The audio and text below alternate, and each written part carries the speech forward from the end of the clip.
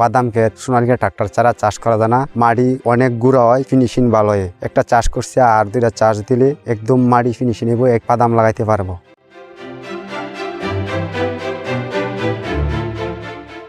আমি একটা গাড়ি কিনছিলাম 2017 সালে, এসি কোম্পানির সোনালিকা ট্রাক্টর 50।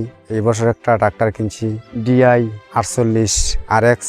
গাড়ি ইনশাল্লাহ ভালো চলছে, 202 ঘন্টা চলছে। প্রায় ক্ষেত চয়েছে 600 বিঘা। আমার ড্রাইভার আছে 3টা। সকাল থেকে সন্ধ্যা পর্যন্ত গাড়ি চলে।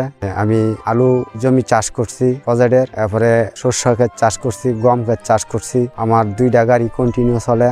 আশা করি চাষ আছে, আরো চাষ চলবো। এরপরে আমি একটা এসি কোম্পানি থেকে হারভেস্টার কিনছি। হারভেস্টার গত বছর চালাইছি, আশা করি সামনে সিজন হইতেছে, এই বছর ইনশাল্লাহ হারভেস্টার চালাইবো।